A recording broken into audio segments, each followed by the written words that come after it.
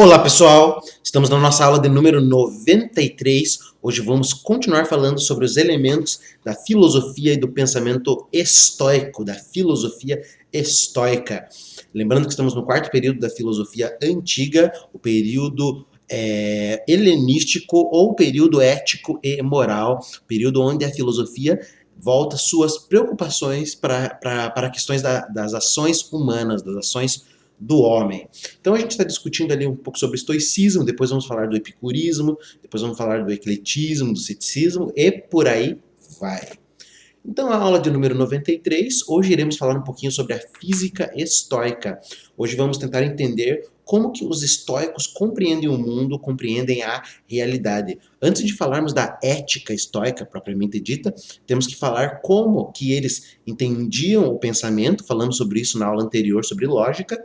Hoje vamos tentar entender como eles compreendem o mundo, para daí a gente tentar justamente entender o que os estoicos defendem em relação à ação humana, como ser feliz, como atingir a felicidade dentro desse mundo que os estoicos propõem. Então é mais ou menos isso que vamos discutir hoje. Hoje nós vamos falar um pouquinho sobre o mundo, então a maneira como os estoicos compreendem o mundo, compreendem a realidade.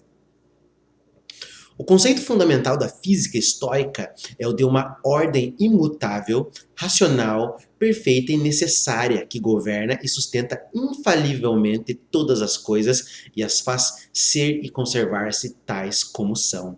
Então aqui já dá logo de cara a ideia de como que os estoicos compreendem o mundo, compreendem a realidade. Para eles, o mundo, a realidade é uma coisa que representa uma ordem imutável, ou seja, a ordem do mundo não se altera, não muda. O mundo, ele é racional. Toda essa ordem, ela segue uma razão.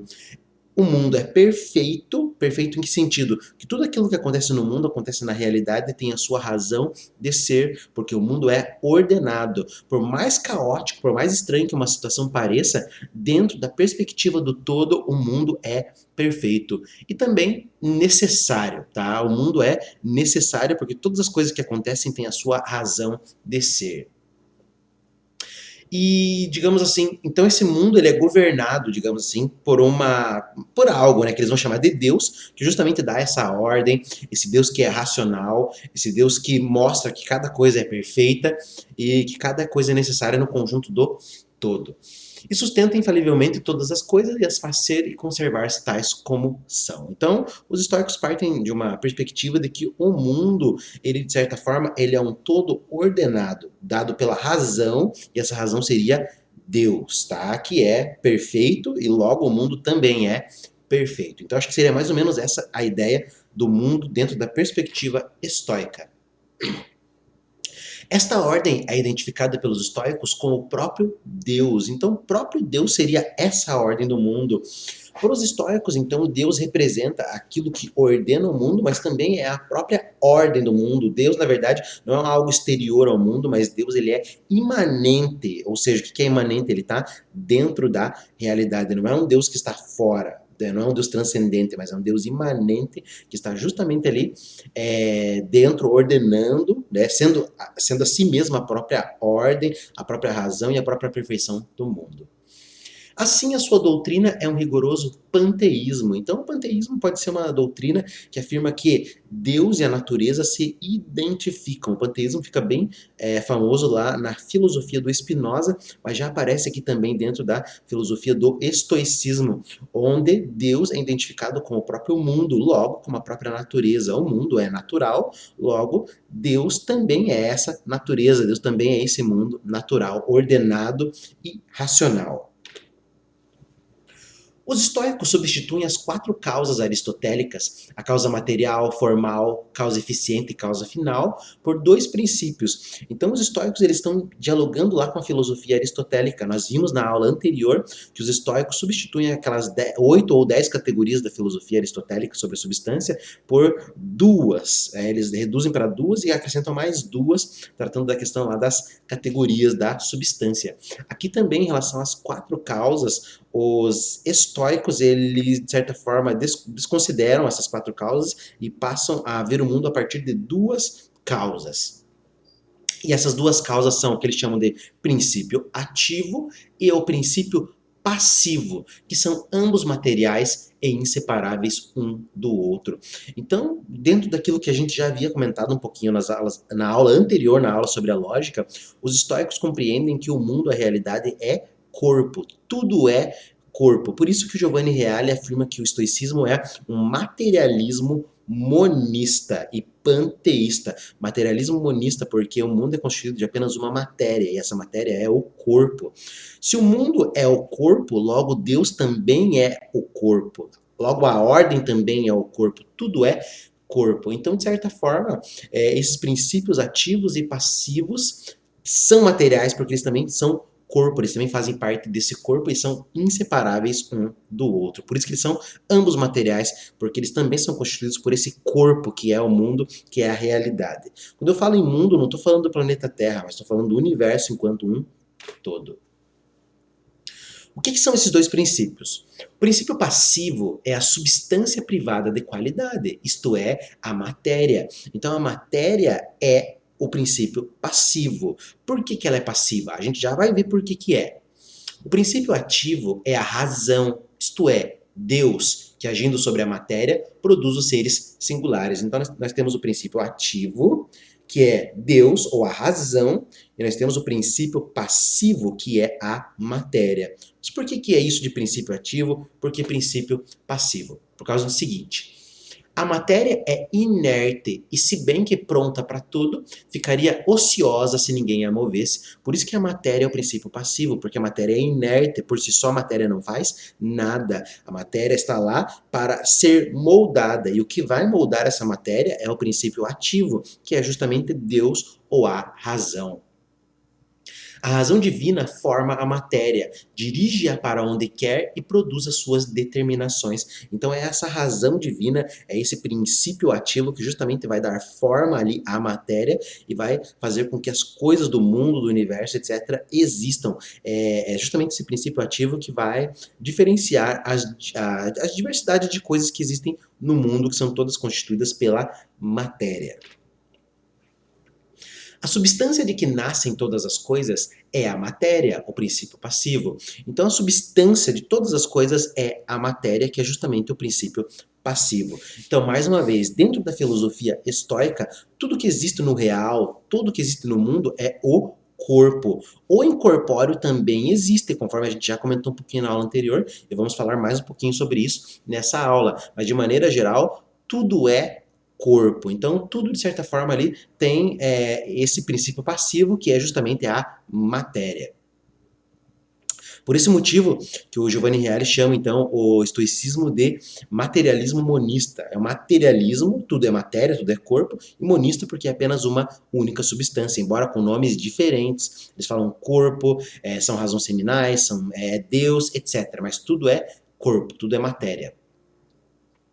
A força pela qual todas as coisas são feitas é a causa, ou Deus, o princípio ativo. Então, Deus, de certa forma, molda a matéria já existe, Deus forma a matéria e a partir dessa formação ele forma as diversas coisas. Então é Deus quem vai justamente dar forma à matéria. Deus é a causa, digamos assim, da diversidade das coisas. Contudo, a distinção entre princípio ativo e princípio passivo não coincide, segundo os estoicos, com a distinção entre o incorpóreo e o corpóreo. Então, quando se fala em princípio ativo e princípio passivo, algumas pessoas confundem princípio passivo com o corpóreo e o princípio ativo com o incorpóreo, que seria Deus. Mas eles estão confundindo esse Deus com o Deus do cristianismo, ou o Deus das religiões, que é um Deus, de certa forma, incorpóreo. Mas aqui para os estoicos, não. O próprio princípio ativo, ele também é corpóreo. Então, princípio ativo e princípio ativo são materiais, conforme eu já falei, são corpóreos. Mas a distinção entre corpóreo e incorpóreo é outra coisa, é outra relação que não tem nada a ver com isso. Ambos os princípios, seja a causa, seja a matéria, são corpo e nada mais que corpo, dado que só o corpo existe. Só há o corpo, só existe o corpo. Portanto, de certa forma, então esses dois princípios eles fazem parte justamente desse corpo também. Eles são esse corpo também. Um rígido materialismo é defendido pelos estoicos, na base da definição de ser dada por Platão no Sofista. Então, lá no Platão, lá na aula do número 56, a gente discutiu um pouquinho sobre essa questão material, que justamente pode se reduzir ao seguinte: existe aquilo que age ou suporta uma ação. O que existe é o corpóreo. E por que ele existe? Porque o corpóreo é aquilo que age ou suporta uma ação. Aquilo que não age e aquilo que não suporta uma ação não é corpo, portanto não existe.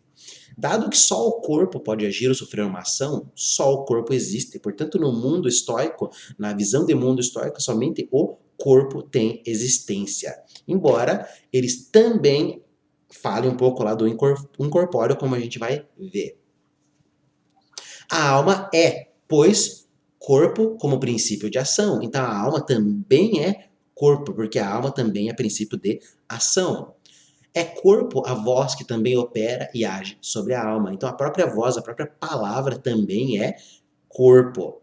É corpo, enfim, o bem, como são corpos as emoções e os vícios. Então veja, aqui até mesmo os valores são corpos. Então os próprios valores, eles são corpos, porque eles fazem parte desse mundo, dessa realidade, porque eles são princípio de ação e também sofrem uma ação. De Sêneca a esse respeito. Sêneca é um dos filósofos representantes do neo-estoicismo ou estoicismo romano, que é uma filosofia que a gente vai ver lá no finalzinho da filosofia antiga, lá no mundo romano. Embora que a gente já esteja entrando no mundo romano, a gente vai ver isso mais lá no final do nosso curso. Final do nosso curso, final da história da filosofia antiga, indo lá para a filosofia medieval. Então o que o Sêneca fala? O bem opera, porque é útil e aquilo que opera é um corpo.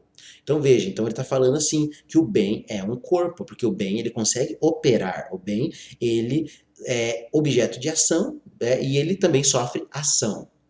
O bem estimula a alma numa certa maneira, modela-a e tem-na sob o freio. Ações estas que são próprias de um corpo. Então veja, o bem ele ajuda a regular a questão da alma. Ele modela ela, como ele disse, e tem-a sob o freio, ou seja, ele controla aquilo que podemos pensar. Portanto, também é um corpo, o bem é um corpo.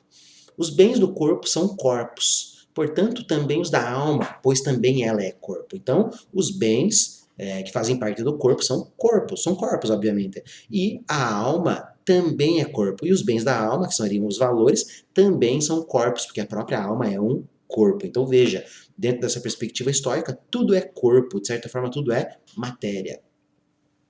Os estoicos só admitiam 4 coisas incorpóreas: o significado, o vazio, o lugar e o tempo. Então essas são as únicas coisas ali incorpóreas que os estoicos admitiam.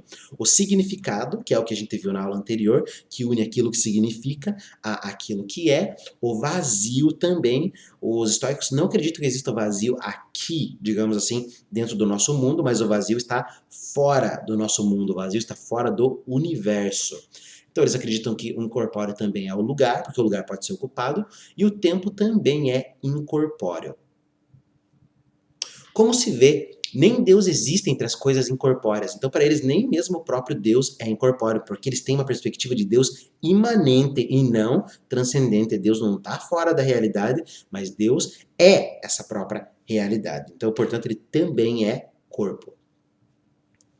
O próprio Deus, como razão cósmica e causa de tudo, é corpo, mais precisamente é fogo. Conforme eu havia falado lá no comecinho das nossas aulas sobre o estoicismo, o Zenão, o fundador do estoicismo, ele flertou com algumas ideias dos filósofos pré-socráticos, principalmente do Heráclito, e aqui ele traz aquela concepção do Heráclito do início do cosmos como fogo, a substância do mundo como uma espécie de fogo. E aqui no estoicismo, o Zenão, ele resgata essa ideia de que o próprio Deus, digamos assim, o próprio início de tudo é como se fosse um fogo, e esse fogo também é corpo.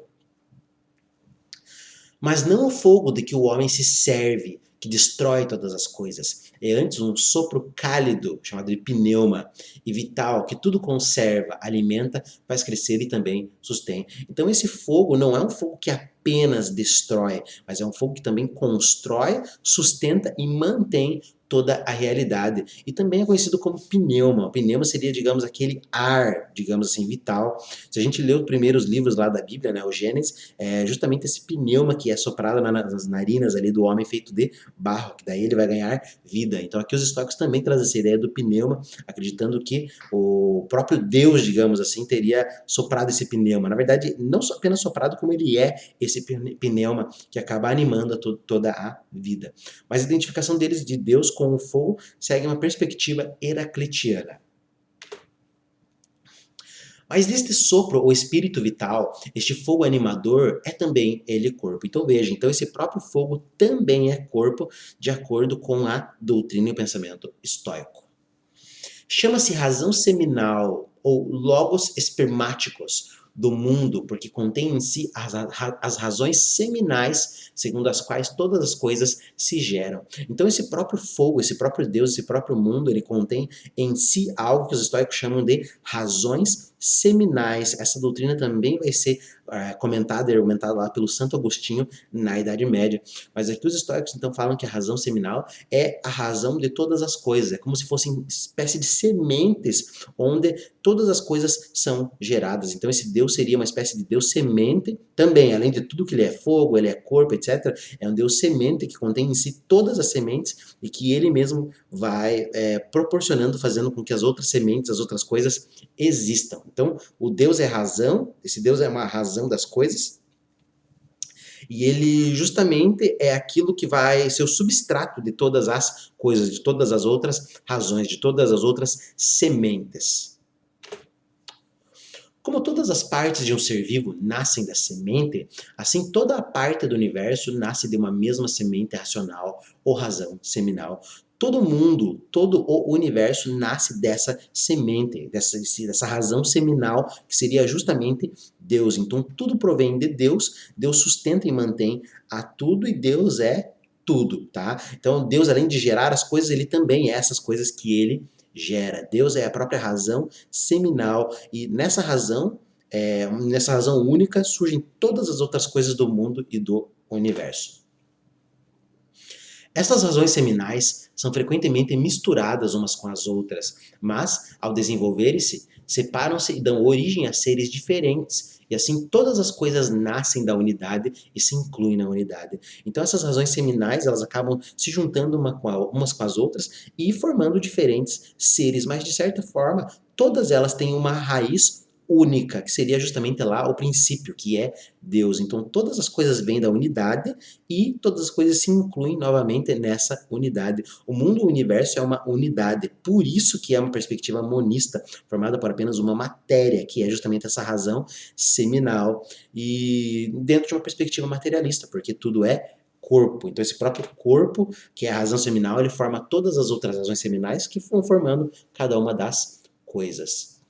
Contudo, a distinção entre as diferentes coisas é perfeita. Não existem no mundo duas coisas semelhantes, nem mesmo duas folhas de árvore. Então os estoicos afirmavam que não existem duas coisas idênticas no mundo, não tem nada idêntico, porque as razões seminais, elas operam coisas perfeitas e cada uma das coisas, por mais parecidas que sejam, elas são perfeitamente diferentes. Então a mistura das razões seminais cria uma diversidade de coisas que existem e nenhuma delas se repete, porque elas seguem uma ordem, elas seguem uma razão que não há por que haver uma coisa duplicada.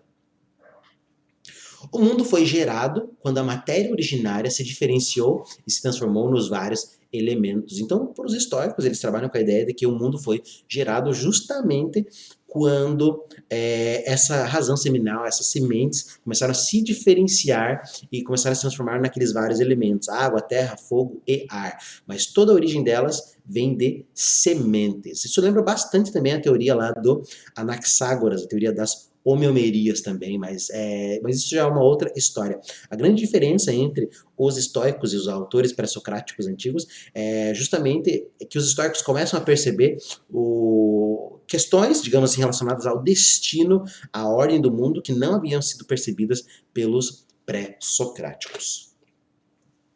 Ao condensar-se e tornar-se pesada, converteu-se em terra. Então essas sementes, ao começarem a se misturar e tornarem-se pesadas, elas transformaram em terra.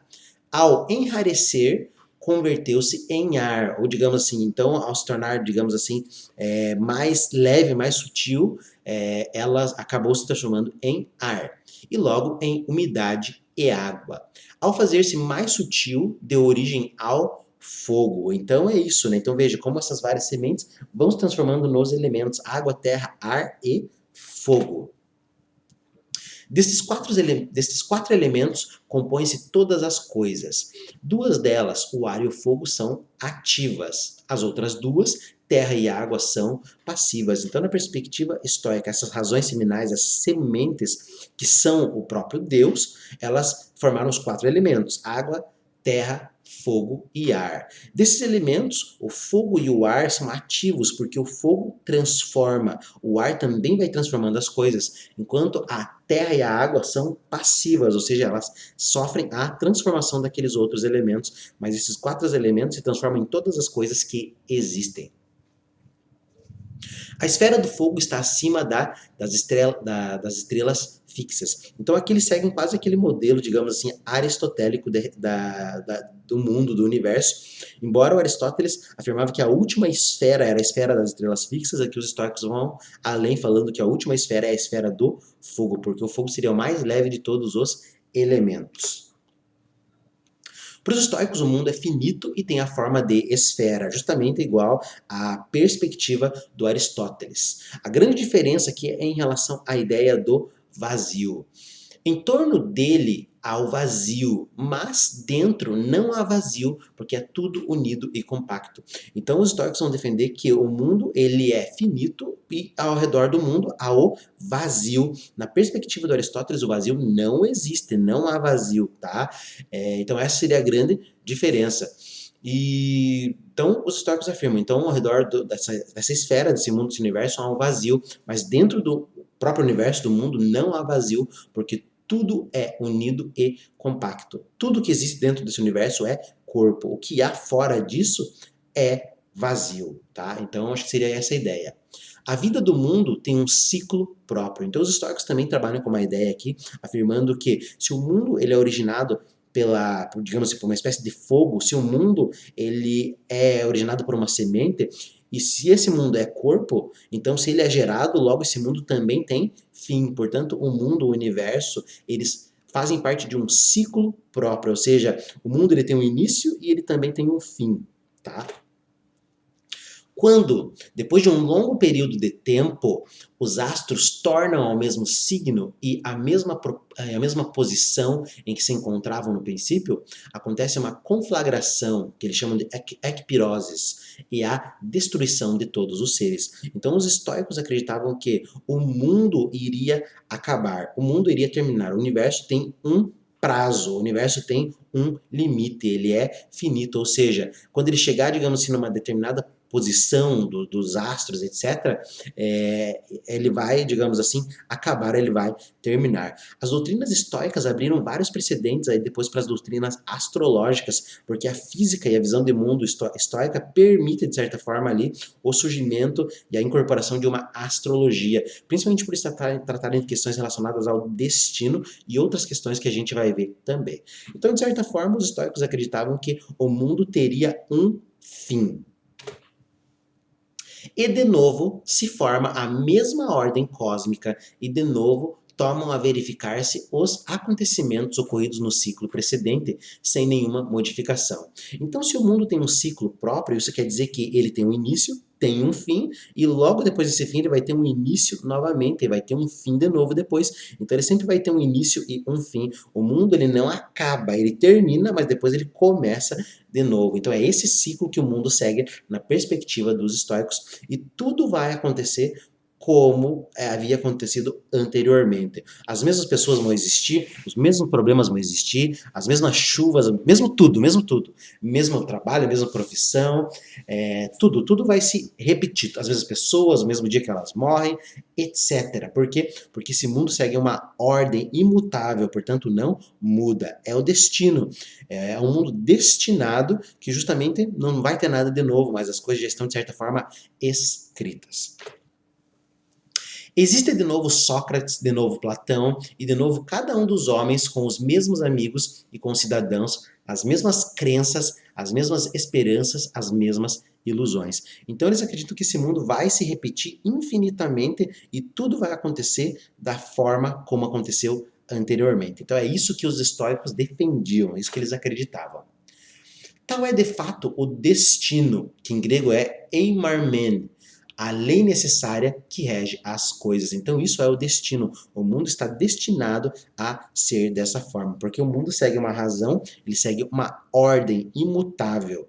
E justamente essa ordem mostra que todas essas coisas vão acontecer. Tudo que existe no mundo existe por uma determinada razão. Por mais que uma coisa pareça absurda, uma coisa pareça idiota, essa coisa está dentro de um plano perfeito, de um plano, digamos assim, que segue uma linha de pensamento, uma linha ordenada, tá? Que é justamente uma ordem ali dada praticamente por Deus, embora Deus também seja, de certa forma, essa ordem. Deus também está dentro desse destino. O destino é a ordem do mundo e a concatenação necessária que tal ordem põe entre todos os seres e, portanto, entre o passado e o porvir do mundo. Então, o destino é justamente aquilo que vai unir passado, presente e futuro. Quando o mundo acabar, ele vai começar de novo e vai começar do mesmo princípio e vão acontecer as mesmas coisas infinitamente. Isso aí é praticamente conhecido como eterno retorno. Lá no Oriente, eles vão chamar isso de eterno retorno. Também ficou famoso ali na filosofia do Nietzsche, mas o Nietzsche vai tratar o eterno retorno como uma questão ética, mas isso é uma outra história. Todo fato se segue a um outro e está necessariamente determinado por ele, como pela sua causa. Então o fato está ligado a outro fato e, de certa forma, eles estão concatenados, eles estão ligados juntos e um não pode ser sem o outro, eles estão necessariamente ligados. Então isso é o destino, uma coisa se liga à outra. Às vezes a coisa mais absurda, mais idiota que acontece ali ao lado é uma coisa que, de certa forma, para os estoicos já estaria destinada a acontecer para que uma outra coisa acontecesse. E a todo fato se segue um outro que ele determina como causa.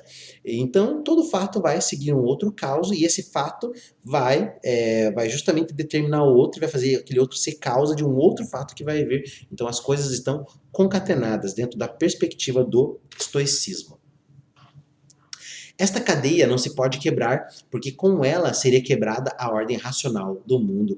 Então, racional é tudo aquilo que está dentro de uma ordem, de uma razão. Se essa ordem se quebrasse, ela não seria racional, não teria uma razão de ser. Então, ela não faria parte do mundo, ela não poderia nem ser Deus se ela não tivesse essa razão. Então, essa aqui é uma cadeia que ela é cíclica e ela acaba se seguindo uma outra e não se pode mudar. As coisas serão assim eternamente, serão assim para todo o sempre. As nossas ações todas já estão destinadas. Esses vídeos que eu estou gravando já estão destinados a ser e um dia quando esse mundo acabar e outro mundo existir, vai ter um outro professor William gravando esse mesmo vídeo para vocês e falando essas mesmas coisas, tá? Se esta ordem, do ponto de vista das coisas que encadeia, é destino, do ponto de vista de Deus, que é o seu autor e garante infalível, é providência que rege e conduz todas as coisas ao seu fim perfeito, tá? Então, do ponto de vista das coisas, toda essa ordem é chamada de destino, mas do ponto de vista de Deus, isso é chamado de providência, porque é Deus quem provê justamente essa concatenação, essa cadeia, esse destino das coisas que acontecem no mundo na realidade. Todas as coisas vão chegar ao seu fim perfeito. Todas as coisas, elas de certa forma são perfeitas porque elas seguem uma ordem destinada e não poderiam ser de uma outra forma. Então esse mundo é necessário.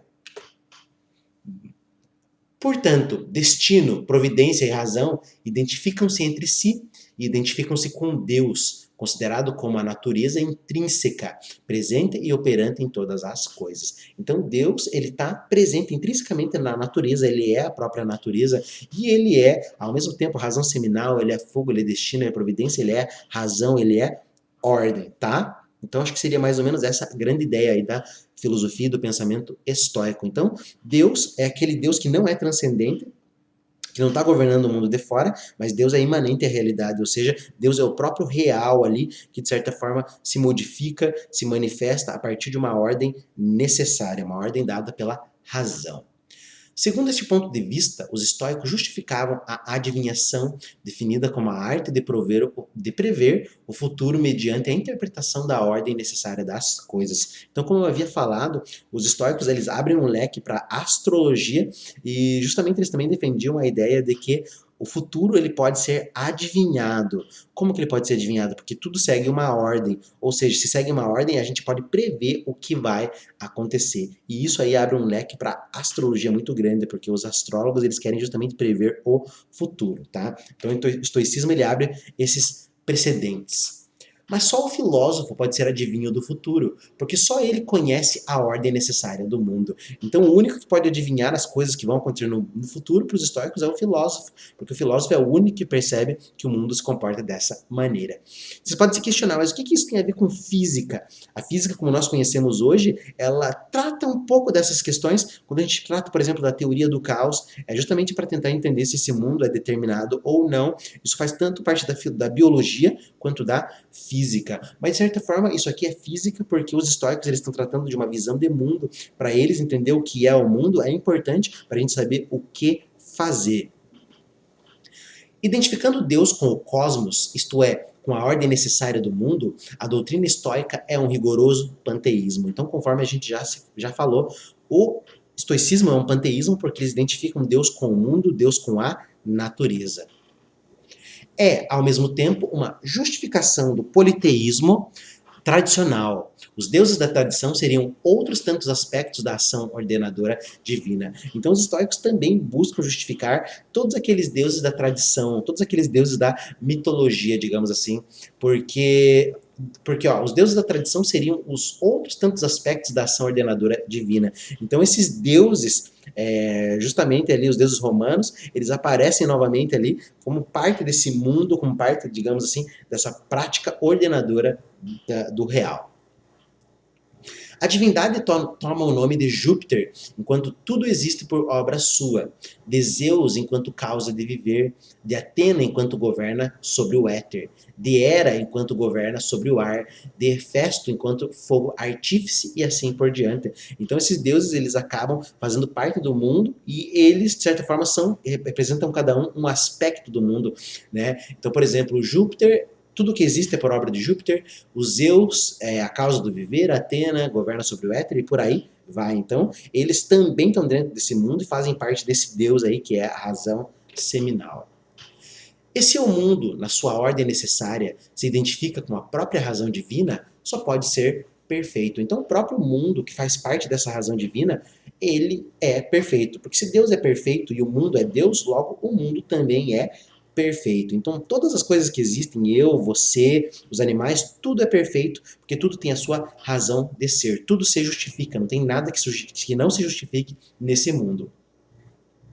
Os estoicos não negavam a existência do mal no mundo, consideravam apenas que ele era necessário para a existência do bem. Então, quando se fala de questões como bem e mal, etc., os estoicos não negavam o mal, eles falavam que o mal era necessário para a existência do bem. Como você vai saber o que é o bem se você não tem ali a ideia do mal? Então, é necessário que o mal exista para a gente ter a ideia do bem.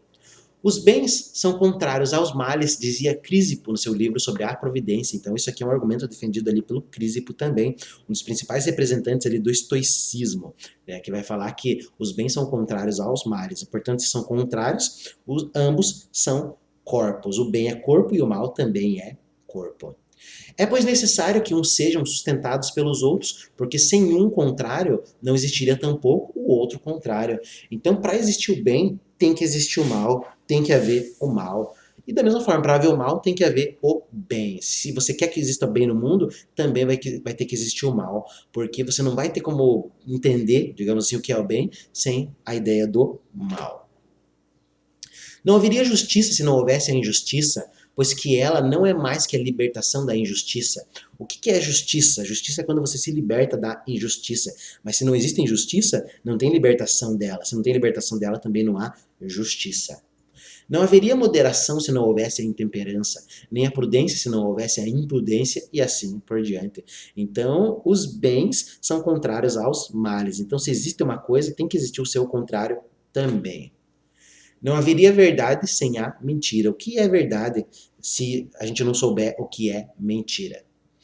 Deus harmonizou no mundo todos os bens com todos os males, de maneira que nasça daí a razão eterna de tudo. Cantava Cleante no hino a Júpiter. Então o Cleante, ele vai justamente também fazer ali um hino a Júpiter, falando justamente dessa harmonia entre esses contrários, entre os bens e os males, mostrando que na verdade isso faz parte da perspectiva do pensamento estoico, tá?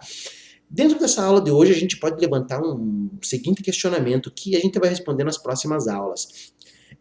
Se o mundo é destinado, se o mundo segue uma razão, se o mundo segue uma ordem, o que o homem deve fazer nesse mundo? Então, se eu nasci para ser infeliz, eu vou ser infeliz e não posso fazer nada, já que eu não posso alterar a ordem desse mundo?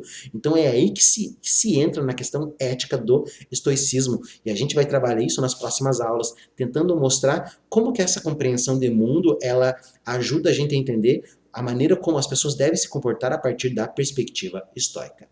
Então é isso, pessoal. Na aula de hoje trabalhamos um pouquinho sobre a física estoica, tentando mostrar como que o estoicismo entende e compreende o mundo, a realidade.